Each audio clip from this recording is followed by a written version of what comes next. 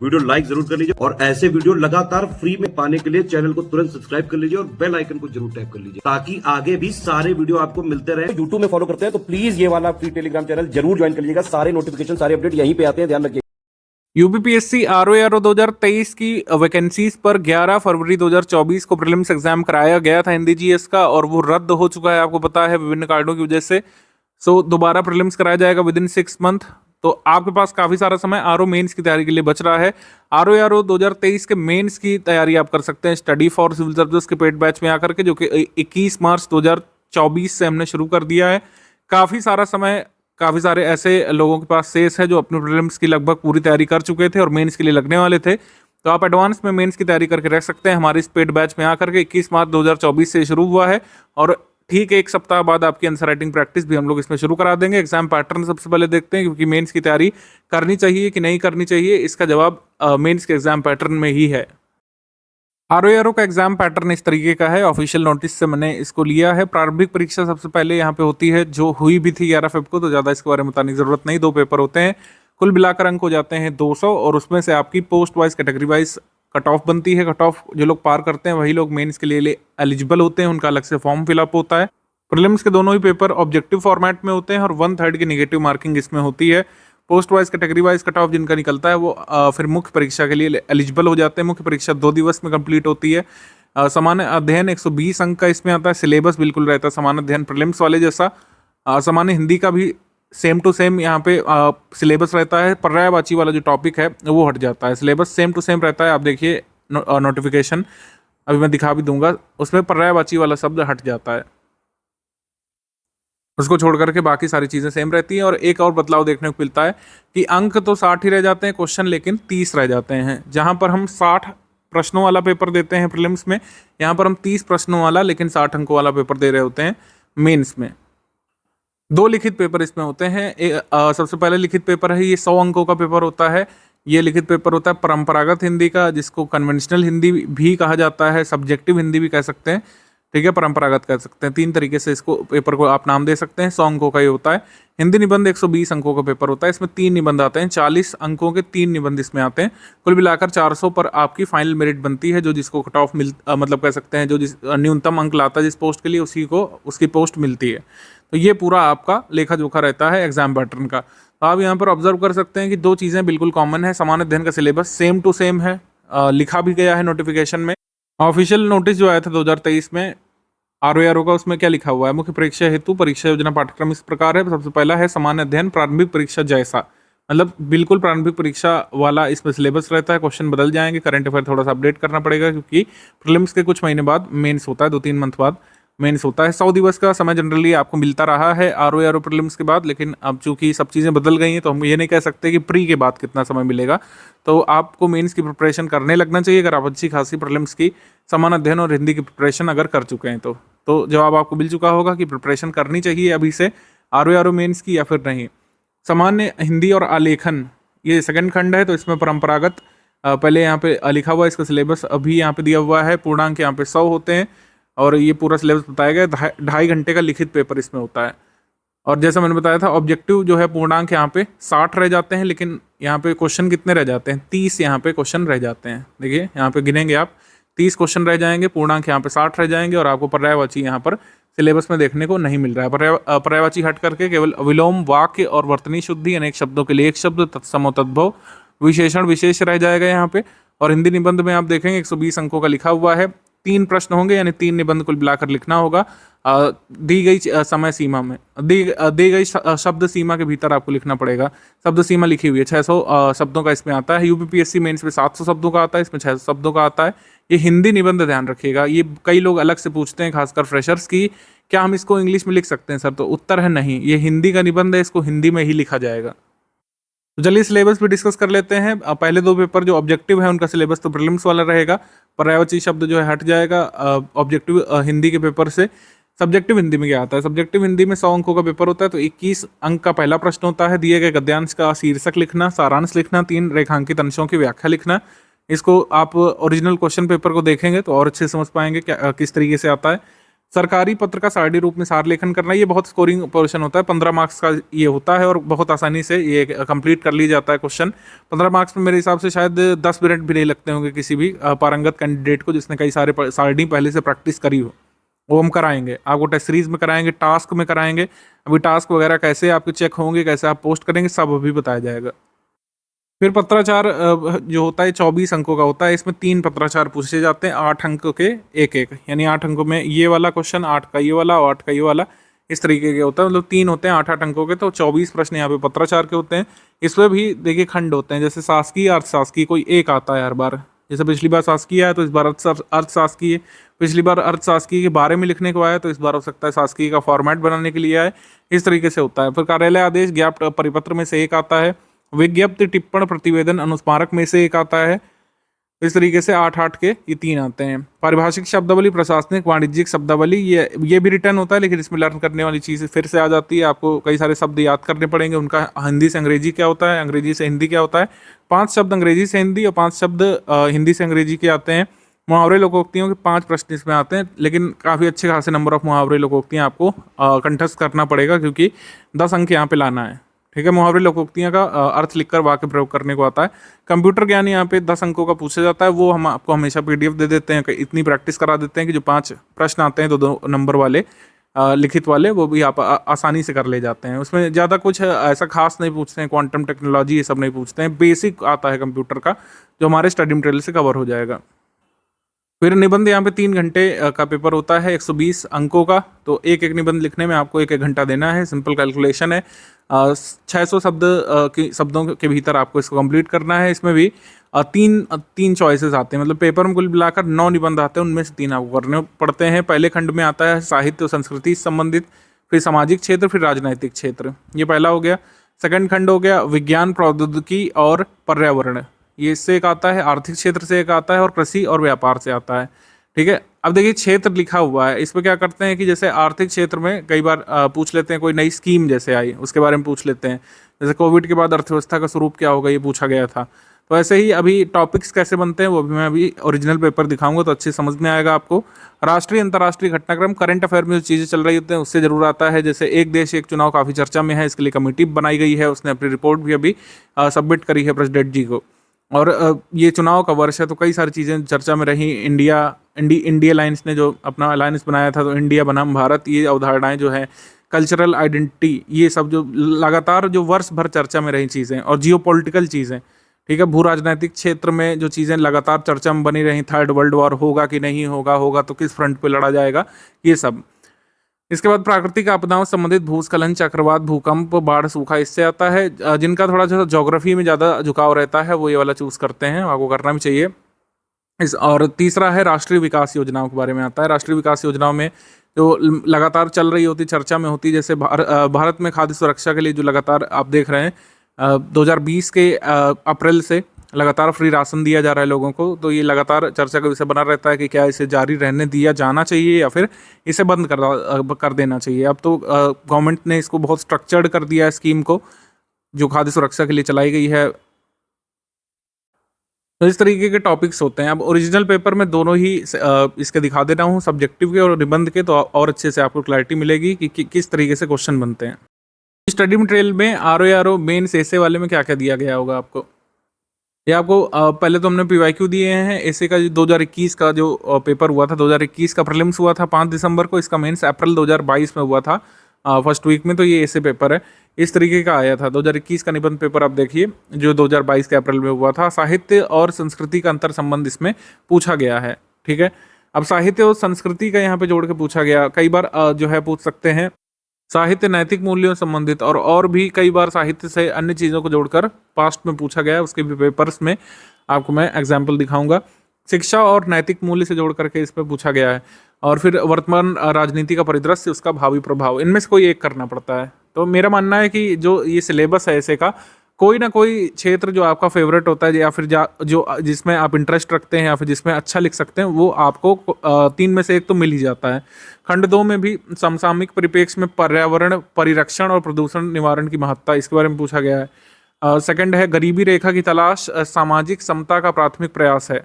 अब देखिए गरीबी रेखा जो है चर्चा में रही, तो ये सवाल इसमें पूछा गया। कास्ट सेंसस कई सारे प्रदेशों ने कराया, पहले बिहार ने, आंध्र प्रदेश में चर्चा रही और अन्य राज्यों में भी कराने की क्या बात चल रही थी, साउथ इंडियन स्टेट्स में। तो कास्ट सेंसस ये बहुत इंपॉर्टेंट टॉपिक बन रहा है, इस पर हम लिखवाएंगे इसे।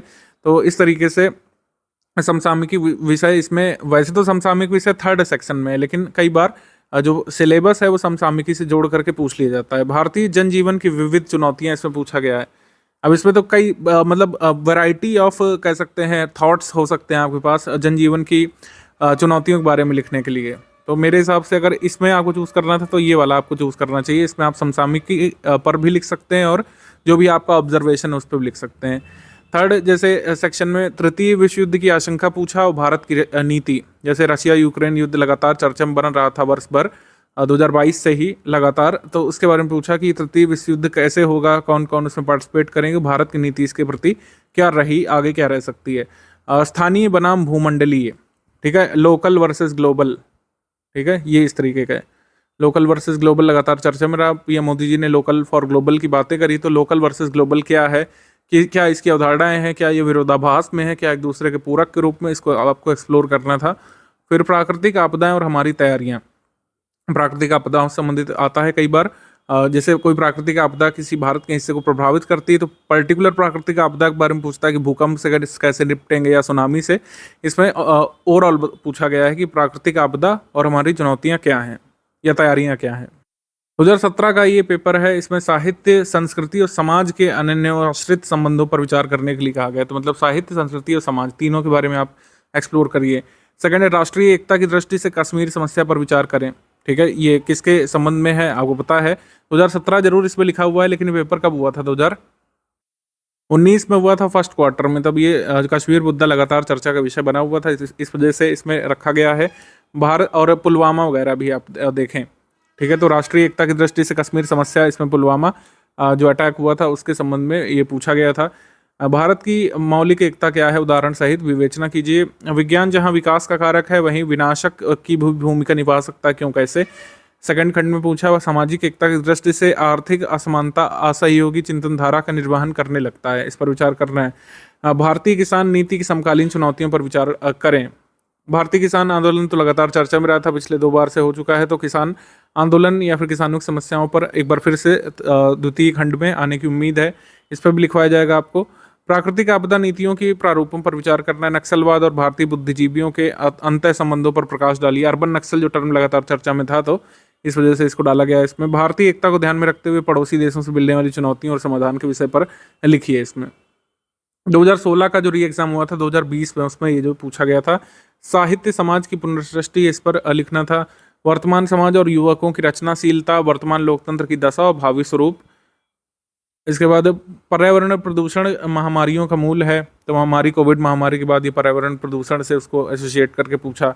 कोरोना महामारी से अलग से क्वेश्चन पूछा, कोरोना महामारी से उत्पन्न आर्थिक संकट और उसके दुष्परिणाम क्या हैं।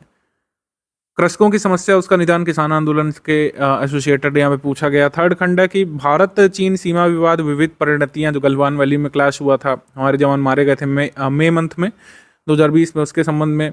नई शिक्षा नीति, उपादेयता तथा क्रियान्वयन की समस्या, नई शिक्षा नीति जो आई थी उसके बारे में। स्थानीय स्तर पर रोजगार सृजन की आवश्यकता, इसके बारे में।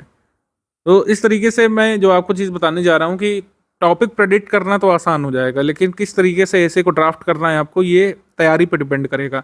ऐसे जो है कोई ऑब्जेक्टिव पेपर तो है नहीं कि हमको पता है कि अगर इंडिया बनाम भारत आए तो बस यही पॉइंट्स हो सकते हैं। ऐसा हो सकता है कि आप जो बिंदु लिखेंगे, आपका साथी जो बिंदु लिखेगा एकदम अलग अलग लिखेगा, लेकिन नंबर दोनों को एक जैसे मिलेंगे, या आपको कम उसको ज़्यादा या उसको कम आपको ज़्यादा मिल सकते हैं। तो ऐसे का मतलब ही जैसे निबंध है, तो इसका कोई बंधन नहीं होता, कोई स्ट्रक्चर्ड वे नहीं होता है कि इस तरीके से ऐसे लिखा जाएगा और इस तरीके से नहीं लिखा जाएगा, कोई डेफिनेशन नहीं है।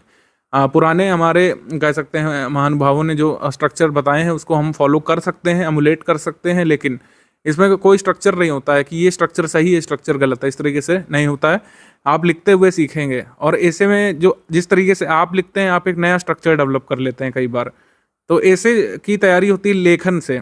लेखन आप करेंगे, हम आपको टॉपिक देंगे, आप लिखेंगे, हम आपको मॉडल उत्तर देंगे ऐसे का, और आपका ऐसे चेक भी करेंगे और उसमें फीडबैक देंगे। इस तरीके से ऐसे राइटिंग हमारे ग्रुप में होगी। पहला ऐसे का टॉपिक आपको करीब 7 दिवस बाद मिलेगा। तब तक करना क्या है ये समझिए। कुछ ऐसे हमने मॉडल ऐसे ड्राफ्ट करके दिए हैं जो प्रीवियस ग्रुप्स में कराए गए थे, जैसे इंडिया बनाम भारत। अब ये ऐसे पहले कराया गया था 1-2 साल पहले, लेकिन अब इसकी रेलिवेंस फिर से बढ़ गई है लगातार। जो इंडिया बनाम भारत जो चर्चा में रहा, इंडिया आइडेंटिटी माने कि भारत को आइडेंटिटी माने, हमारे भारतीय समाज की किस तरीके से माने। इसलिए इंडिया बनाम भारत की जो अवधारणा है ये ज़रूरी है, तो ये इसको आप पढ़िएगा। इंडिया बनाम भारत में आप क्या सोचते हैं और फिर इसको पढ़िए। इस तरीके से थोड़ा सा यहाँ पे अवलोकन करिए शुरू के एक सप्ताह। ऐसे जो है मैं बता रहा हूँ फिर से, ऐसे में आपको पहले पढ़ना चाहिए, तभी यहाँ पे मॉडल उत्तर दिए हैं कि सबसे पहले आप पढ़िए कि किस किस तरीके से यहाँ पे दिया हुआ है। फिर आप खुद से सोचिए कि मैं होता तो इस पर क्या लिखता, या फिर मैं इस पॉइंट की जगह ये पॉइंट लिख सकता था। इसका थोड़ा सा अवलोकन करिए, आत्मावलोकन करिए शुरू के 1 सप्ताह, बस 1 सप्ताह काफ़ी होगा। अभी फेस्टिवल भी है बीच में, तो रीडिंग का काम आप करिए। लेखन कार्य आपका 1 सप्ताह बाद शुरू करा दी जाएगा। पहले टॉपिक मिलेगा, आप उस पर लिखेंगे, मॉडल उत्तर पढ़ेंगे, आपकी जो खामियां हैं वो बता दी जाएंगी आंसर राइटिंग चेक करके, और फिर आप नेक्स्ट डे से लिखेंगे, उससे अच्छा लिखने का प्रयास करेंगे। इस तरीके से इंप्रूवमेंट होगा, और इसी तरीके से इंप्रूवमेंट किया जा सकता है। ऐसे में कोई यहाँ पे स्ट्रक्चर मैं नहीं बता सकता हूँ कि अगर विज्ञान पे ऐसे आया तो ये लिखना है, तो आप वो लिख देंगे, नंबर मिल जाएंगे। इस तरीके से चीज़ें नहीं काम करती हैं, क्योंकि ऐसे में कोई स्ट्रक्चर होता ही नहीं है। अब जैसे ये प्रारूप है, ये हमने बनाया, ये मतलब हमारी टीम ने बनाया है। अब कोई अलग प्रारूप भी आप बना सकते हैं, वो भी सही हो सकता है। कई लोग डायग्राम टाइप प्रारूप बना लेते हैं पहले।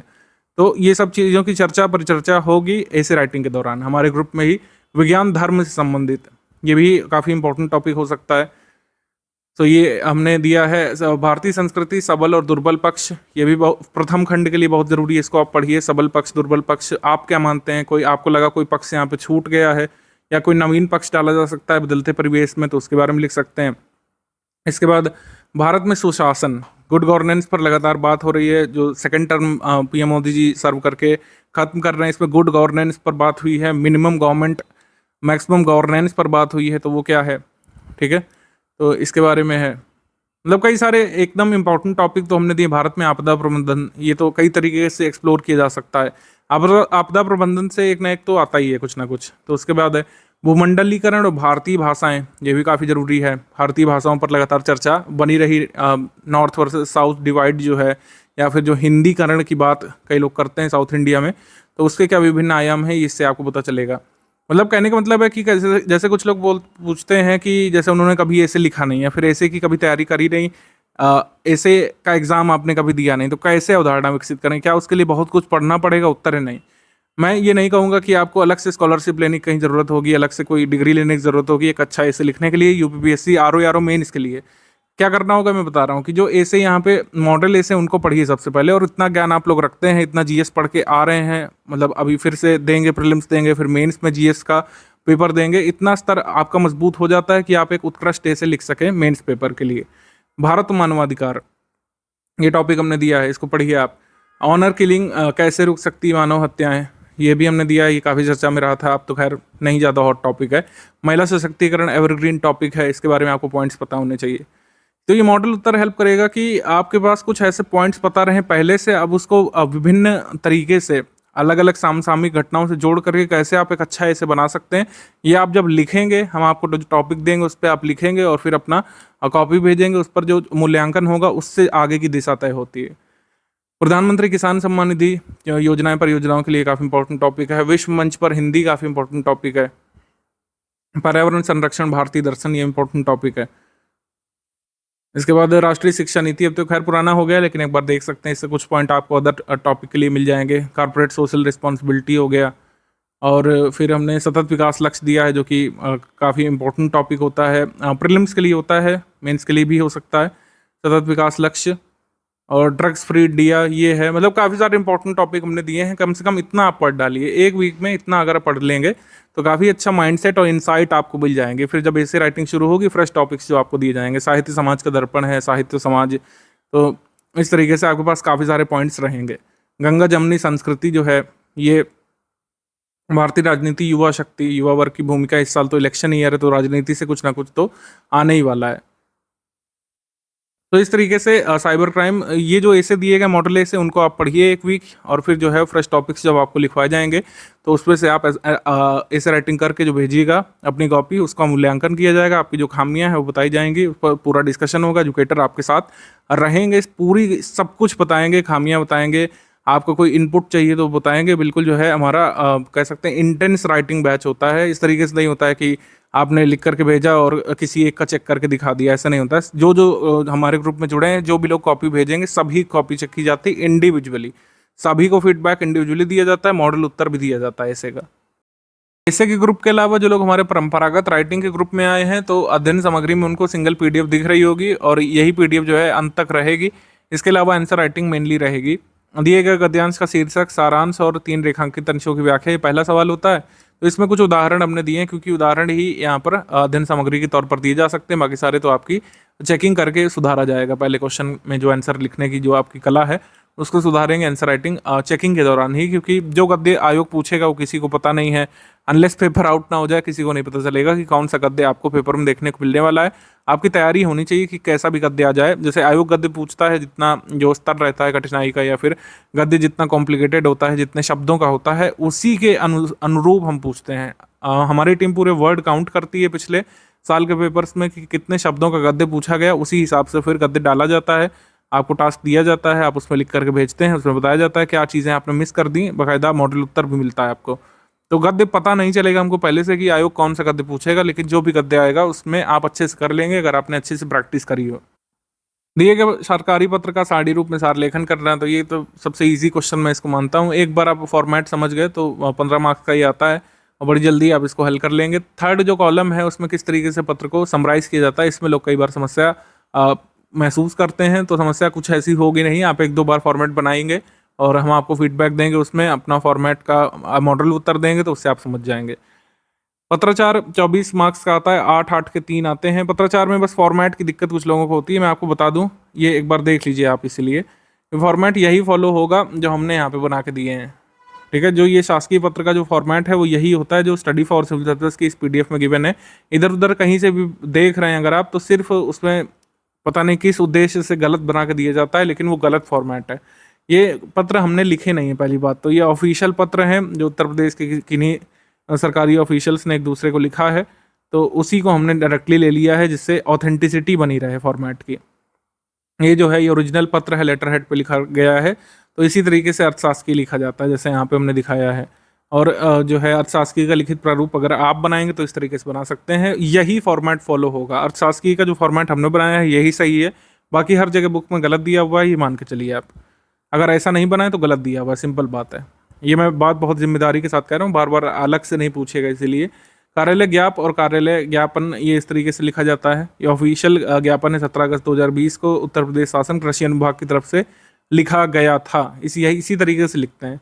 अब जैसे ये है, ये प्रतिलिपि निम्नलिखित को प्रेषित है, इन्होंने 8 लोगों को प्रेषित किया है। जरूरी नहीं कि आप 8 लोगों को प्रेषित करें, आप जो है 2 लोगों को कर सकते हैं, 3 लोग कर सकते हैं, सिंपल। और जब लेखन होगा तो ये सब चीज़ें बारीकियों पर भी बात होगी, कोई भी समस्या यहाँ पे नहीं करिएगा। ये कार्यालय आदेश होता है, ये जो है जिला मजिस्ट्रेट कानपुर की तरफ से जारी किया गया था कोविड के दौरान। तो ये ऑफिशियल कार्यालय आदेश का प्रारूप है जो उत्तर प्रदेश सरकार फॉलो करती है। अब मैंने एक एक बना के दिया है जिससे आपको क्लैरिटी रहे। आप कई जगह देखेंगे तो इस ऐसे ही बने रहते हैं, कोई मतलब इसमें कंटेंट है, सब कुछ दिया हुआ है। कई बार एक लाइन का कार्यालय आदेश होता है तो मैंने नहीं लगाया है। इसके बाद क्या है, ये परिपत्र है, परिपत्र का प्रारूप यही होता है। बिल्कुल ऐसा ही प्रारूप बनाना है परिपत्र का। और विज्ञप्ति अधिसूचना में इस तरीके का प्रारूप होता है। अधिसूचना तो आयोग जारी करता रहता, तो उसका फॉर्मेट तो आई थिंक क्लियर है सभी को। टिप्पण का भी, टिप्पण में बड़ी यहाँ पे लोग समस्या करते हैं कि मैंने यहाँ देखा वो ऐसा दिया हुआ है, यहाँ देखा वैसा दिया हुआ है। जो यहाँ पे बना के दिया गया वही यहाँ पे फाइनल प्रारूप है। अनुस्मारक जो पूछा गया था, अनुस्मारक इस तरीके से लिखते हैं, ठीक है। अनुस्मारक वैसे पूछा जा चुका है लास्ट टाइम, तो अनुस्मारक पूछे जाने की उम्मीद वैसे कम है, लेकिन सभी चीज़ों को देखते हुए चलिए। एक बार जो फॉर्मेट लास्ट ईयर आता है वो रिपीट नहीं करता। जैसे अनुस्मारक आ चुका है, अनुस्मारक का प्रारूप बनाने को, तो अनुस्मारक नहीं पूछा जाएगा, लेकिन हमने फॉर्मेट जरूर बना के दिया है, क्योंकि कभी प्रेडिक्ट करके नहीं चलना चाहिए। गैस गेम में कभी रहना ही नहीं चाहिए एक्चुअली, लेकिन एक अनुमान होता है कि एक फॉर्मेट आ चुका है पिछली बार, तो कुछ दूसरा ही आता है उसी खंड में। प्रतिवेदन इस तरीके से लिखते हैं। प्रतिवेदन इस साल बहुत पूछे जाने की संभावना बन रही है, तो प्रतिवेदन इस तरीके से। टिप्पण का लिखित प्रारूप ये है। टिप्पण का लिखित प्रारूप कोई भी आपको बना करके दे उल्टा सीधा, उसको नहीं देखिएगा, यही प्रारूप होता है टिप्पण का, ठीक है। और टिप्पण का ये हमने जो है कंटेंट भी दिया है, टिप्पण कहीं दिया नहीं कि एक्चुअली क्या होता है, उसकी परिभाषा ही एक्चुअली नहीं गिवन है कहीं। बाकी प्रशासनिक परिभाषिक शब्दावली इतनी दी हुई है कि आप एग्जाम में क्वेश्चन सही कर लेंगे, हर बार इसी से आता है। ये प्रीवियस ईयर में पूछी गई परिभाषिक शब्दावली के जो आंसर हैं वो हमने अलग से लिख दिए हैं, कि आप इसमें देख लीजिए। बाकी मुहावरे लोकोक्ति हैं जितना इसमें दिया है उतना ही याद कर लीजिए, वो सफिशिएंट होगा। कंप्यूटर ज्ञान जितना हमने दिया है वो सफिशिएंट है। इसमें कई सारे जो इंपॉर्टेंट प्रश्न है वो टेस्ट सीरीज में ही हम करा देंगे, टास्क में करा देंगे, जिससे वो रहे आपके पास। जैसे एआई इस बार काफ़ी चर्चा में है, मशीन लर्निंग, इन सभी के प्रश्न हम करा देंगे। मॉडल प्रश्न पत्र जरूर देखिए, अभी एक सप्ताह जब तक आंसर राइटिंग नहीं शुरू हो रही है। और पिछले वर्षों के प्रश्न पत्र जरूर देखिए, ये एकदम लास्ट में गिवन होगा। ये लास्ट टाइम पेपर जो हुआ था 2022 में हुआ था, अप्रैल मंथ में, आर 2021 का मेंस। तो इसमें ये पेपर पूछा गया था परंपरागत का। इसमें जो पहला प्रश्न होता है 3 अंक का, 6 अंक का, 12 अंक का प्रश्न इसमें होता है। पहला प्रश्न में मतलब 3 खंड होते हैं, 3 भाग होते हैं उसके, कह सकते हैं। गद्य अवतरण का उपयुक्त शीर्षक लिखिए, गद्य अवतरण का सारांश लिखिए, गद्य अवतरण के रेखांकित अंशों की आपको व्याख्या करने को आता है। व्याख्या करने को ये 12 मार्क्स का आता है, क्योंकि 3 रेखांकित होते हैं, कभी कभी 2 होते हैं, कभी कभी 3 होते हैं। तो इसमें 3 हैं तो 4-4 अंकों के हैं, इसको आपको व्याख्या करना पड़ता है। फिर ये टैबुलर फॉर्म में इसको लिखना पड़ता है, 15 मार्क्स का। ये सबसे इजी क्वेश्चन मैं इसको मानता हूँ, क्योंकि पत्र बना रहता है और कंटेंट भी देखिए कितना है, आई थिंक 2-3 लाइन का है। इसको आपको समराइज कर देना है लास्ट कॉलम में। इसके बाद ये जो है पत्राचार, जैसे अभी अर्थशास्त्री पूछा गया लास्ट टाइम, इस बार शासकीय से प्रश्न बनने की संभावना रहेगी। या फिर ऐसा हो सकता है कि इसमें कहें कि फला व्यक्ति खुद को मान करके फला व्यक्ति को अर्थशास्त्री पत्र लिखिए। कार्यालय आदेश पूछ चुके हैं, तो कार्यालय ज्ञाप और परिपत्र इस बार बहुत जो है इंपॉर्टेंट रहेंगे। विज्ञप्ति पूछी जा चुकी है, तो इसमें जो है इंपॉर्टेंट रहेगा कि आपसे अधिसूचना हो सकता है पूछ लें, अधिसूचना का प्रारूप बनाने के लिए आ जाए, किसी सिनेरियो को दे करके अधिसूचना लिखने के लिए आ सकता है। टिप्पण के बारे में आ सकता है, टिप्पण इस बार काफ़ी मैं एक्सपेक्ट कर रहा हूँ, लेकिन सभी तरीके के फॉर्मेट की प्रैक्टिस आपको कराई जाएगी, जो भी आना होगा वो आ जाएगा। Proviso, bylaw, abandonment, corrigendum, cadre, इन सब का अर्थ पूछा गया है। फिर उल्लंघन, अनुलग्नक, विधानकारी, संधि, प्रत्युत्तर, इनके बारे में पूछा गया है। टाट बाहर आना, तालू में दांत जमना, ये सब मुहावरे 5 पूछे गए हैं। आप कंप्यूटर के प्रश्न देखिए, कंप्यूटर के प्रश्न देखिए किस तरीके के हैं, बहुत बेसिक प्रश्न है। इंटरनेट ब्राउजर क्या है, मेमोरी कितने प्रकार की होती है, HTTPS क्या है, ऑपरेटिंग सिस्टम से क्या अभिप्राय है, लोकप्रिय ऑपरेटिंग सिस्टम का उदाहरण भी लिखना है, सिंपल। फिर ये पेपर 2017 वाले का है। 2017 वाले में देखिए क्या फॉर्मेट पूछा है। फॉर्मेट हर बार बदल बदल के आते हैं। जैसे फॉर्मेट इस बार आपसे पूछा था अर्थशास्त्री का, और फिर लिखित प्रारूप यहाँ पे पूछा गया था। एक फॉर्मेट का विज्ञप्ति का आशय स्पष्ट करते हुए उसके प्रारूप की रूपरेखा लिखिए। ये 2016 का री एग्जाम जो 2020 में हुआ था, इसमें जो फॉर्मेट पूछे गए थे वो कौन वाले? हाँ, शासकीय पत्र का पूछा गया था, अनुस्मारक का पूछा गया था, और कार्यालय आदेश और परिपत्र में अंतर बताना था। और ये हिंदी अंग्रेजी के शब्द थे, और ये कंप्यूटर के प्रश्न थे। तो ये हो गए आपके जो पेपर ओरिजिनल वाले हैं, और ये हमारे परंपरागत के मॉडल पेपर हैं। ठीक है, ये मॉडल उत्तर जरूर पढ़ते रहिए 1 वीक तक, जब तक आपकी प्रैक्टिस शुरू नहीं होती है। इसमें हमने वैसे ही बनाया हुआ है जैसे आपका पेपर आता है, 3 अंक का, 12 अंक का, और फिर जो है 6 अंक का प्रश्न। फिर इसके बाद आपका 15 अंकों का सरकारी पत्र का सारणी रूप में सार लेखन इसमें पूछा गया है। ये पत्र है, अब इसका जो है सार लेखन करना है। और फिर जो 3 फॉर्मेट पूछे गए हैं, समाचार पत्र हिंदी जागरण द्वारा प्रकाशित किए गए विज्ञापनों में लंबित बीजकों का बकाया भुगतान किए जाने के संदर्भ में शिक्षा निदेशक उत्तर प्रदेश को अपने जिले के बेसिक शिक्षा अधिकारियों को एक सरकारी पत्र लिखिए। स्वयं को जिला शिक्षा अधिकारी जयेंद्र खत्री मानते हुए जोगेंद्र प्रसाद को रिश्वत लेने की सूचना प्राप्त होने और प्रमाणित होने पर सिविल सेवा वर्गीकरण नियंत्रण और अपील अधिनियम के तहत नियम 9 के अनुसार उल्लंघन का आदेश जारी करें। समस्त कार्यालयों के स्तर पर प्रेषित यह आदेश कार्यालय आदेश ही है। तो ये 8 अंकों का। फिर परिपत्र की परिभाषा तथा एक रिक्त प्रारूप बनाएं। ये 5 मुहावरे लोकोक्तियाँ पूछी गई, और फिर प्रशासनिक शब्दों का अर्थ, इसमें फिर कंप्यूटर शब्दावली संबंधित यहाँ पे प्रश्न भी यहाँ पे पूछे गए। अब इसका उत्तर, मॉडल उत्तर भी हमने यहाँ पे नीचे लगाया हुआ है। तो मॉडल उत्तर को पढ़िए प्रश्न पत्र के साथ, डेली एक खत्म कर डालिए, आसानी से किया जा सकता है। पहले फुल एंड टेस्ट देखिए, और फिर प्रश्न पत्र कैसे हल किया गया है उसका मॉडल सोल्यूशन देखिए। इससे काफ़ी आपको हेल्प मिलेगी किस तरीके से इसको आंसर करना होता है। और फिर जब आंसर राइटिंग शुरू होगी तब आपको एकदम फॉर्मेट से दिक्कत नहीं होगी कि किस तरीके से लिखना होता है। आप जो लिखेंगे वो चीज़ तो चेक की जाएगी। ठीक है, तो ये इस तरीके से हमारी आंसर राइटिंग शुरू होगी। ये जो तो मॉडल उत्तर बने हैं और जो हमने आपको ऊपर चीज़ें बताई उतना आप कर लेंगे तो आंसर राइटिंग बिल्कुल बेझिझक शुरू कर सकते हैं। पहले टास्क जो है आपको दिया जाएगा तो इसी का दिया जाएगा, जो पहला प्रश्न आता है ये गद्य वाला, ठीक है। गद्य वाला पहला प्रश्न जो आता है इसी का टास्क हम आपको कराएंगे, एकदम क्रमबद्ध तरीके से चलेगा। पहले गद्य वाला टास्क कराएंगे, फिर कराएंगे आपको ये सारणी रूप में सार लेखन करने वाला टास्क, फिर यहाँ पे पत्राचार वाले टास्क कराएंगे, फिर जो है मुहावरे लोकोक्तियाँ वाला कराएंगे, फिर हिंदी रूपांतरण वाला, अंग्रेजी रूपांतरण वाला, और फिर कंप्यूटर वाला। बाकी जो लोग जीएस वाले ग्रुप में भी ज्वाइन हुए हैं, आपको बता दें कि सब्जेक्ट वाइज पीडीएफ आपको दे दी गई है, हिस्ट्री की, ज्योग्राफी की, पॉलिटिक, इन्वायरमेंट की, मिसलेनियस की। बजट इकोनॉमिक सर्वे जो है इसी साल का आपको तैयार करना पड़ेगा, पुराना इसमें नहीं इंपॉर्टेंट रहेगा। सो जीएस के लिए सारा मटेरियल अभी दे दिया गया है, अतिरिक्त कुछ होगा तो नोट्स में एडिशन किया जाएगा। इसमें नवंबर 2023 से लेकर फरवरी 2024 तक का करंट अफेयर हमने साझा कर दिया है। इसमें अंतर्राष्ट्रीय करंट अफेयर और Uttar Pradesh special current affair जो है आपको प्रोवाइड कर दिया गया। आगे के मंथ का हर मंथ की 4 तारीख को और उत्तर प्रदेश का हर मंथ की 10-12 तारीख को मिलता रहेगा आगे। अभी नवंबर से हमने इसीलिए दिया है क्योंकि नवंबर 2023 से ही मेंस के लिए जरूरी रहेगा, उससे पहले का जो अगर जरूरी भी है तो प्रीलिम्स के लिए रहेगा। जीएस के 10 फुल टेस्ट आपको कराए जाएंगे, इसका प्लान परीक्षा होने के बाद दिया जाएगा, मतलब प्रीलिम्स होने के बाद आपको जीएस के मेंस के फुल टेस्ट इसमें कराए जाएंगे। परंपरागत और वस्तुनिष्ठ वाले ग्रुप में जो आप आए हैं, ये समझिए कि हमने पूरा स्टडी मटेरियल दे दिया, जो मैंने आपको शो भी कर दिया परंपरागत वाला। ऑब्जेक्टिव का भी हमने दे दिया है, ऑब्जेक्टिव में पर्यायवाची शामिल नहीं है। ऑब्जेक्टिव में क्या करिए कि आप लोग पीवाईक्यू पढ़िए, मॉडल पेपर से प्रैक्टिस करिए, और जो वस्तुनिष्ठ है इसके भी कह सकते हैं हम लोग टेस्ट देंगे आपको, एकदम जैसा मेंस का वस्तुनिष्ठ आता है, थोड़ा सा हाई लेवल जिसमें रहता है क्वेश्चंस का, वो आपको दिए जाएंगे पेपर, उसको आप सॉल्व कर लीजिएगा। परंपरागत हिंदी में जैसे पेपर में 5 सेक्शन होते हैं, तो 2-2 प्रश्न हर अभ्यास कार्य में पूछे जाएंगे, जो हम आपको टास्क कराने वाले हैं। टास्क क्या कह रहा है, जिन्हें नहीं समझ में आ रहा है इतना परेशान मत होइए। टास्क क्या होगा, एक अभ्यास कार्य होगा जिसकी पीडीएफ आएगी आपके ग्रुप में। पीडीएफ आने के बाद आप उसको पढ़ेंगे, उसको अटेम्प्ट करेंगे आंसर कॉपी में, आंसर कॉपी स्कैन करके पीडीएफ फॉर्म में भेजेंगे, और पीडीएफ जब ग्रुप में आप भेजेंगे तो उसको हम लोग चेक करेंगे, उस पर आपको फीडबैक देंगे, आपकी खामियां बताएंगे, बिल्कुल point to point, word to word सब कुछ चेक किया जाएगा। इस तरीके से आगे के अभ्यास कार्य में आप सुधार करेंगे। हर सेक्शन के 2-2 प्रश्न होने हैं हर टास्क में, तो इस तरीके से आप जब पहला टास्क लिखेंगे और जो सेकंड टास्क आएगा, जैसे गद्य का एक टास्क हमने कराया, उसमें आपकी खामियां पता चल गई, फिर जब सेकंड टास्क गद्य वाला आएगा तो उसमें आप अच्छे से इंप्रूव कर सकते हैं।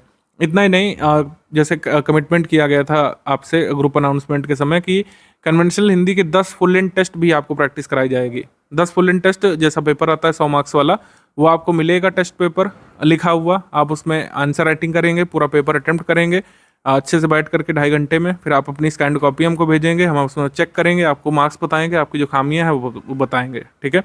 और जो टेस्ट होगा उसका मॉडल उत्तर भी दिया जाएगा। अच्छा, जो ये टेस्ट है ये फ्रेश टेस्ट होगा, ऐसा नहीं कि जो पीडीएफ में टेस्ट लगा हुआ है वही टेस्ट आपको अटेम्प्ट करना पड़ेगा, वो आपकी नॉलेज के लिए, अंडरस्टैंडिंग के लिए है। 10 नए टेस्ट यहाँ पे कन्वेंशनल के कराए जाएंगे।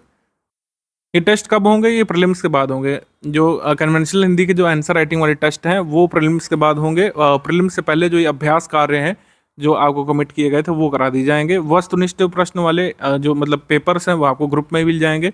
परंपरागत वाले कर सकते हैं ग्रुप में, वस्तुनिष्ठ वाले पेपर्स मिल जाएंगे, आप उसको सॉल्व कर लीजिएगा।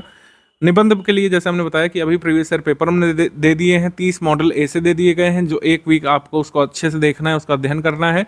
और ऐसे राइटिंग में कोई ऐसा खास मटेरियल रहेगा नहीं। ये इसमें हम क्या करेंगे कि आपको टॉपिक देंगे ऐसे के, आप उसमें ऐसे लिख करके भेजेंगे हिंदी में अपनी उत्तर पुस्तिका में, और उत्तर पुस्तिका चेक करने के बाद आपको फीडबैक दिया जाएगा, और जो भी ऐसे का टॉपिक दिया जाएगा उसका मॉडल उत्तर भी मिलेगा ग्रुप में, ठीक है।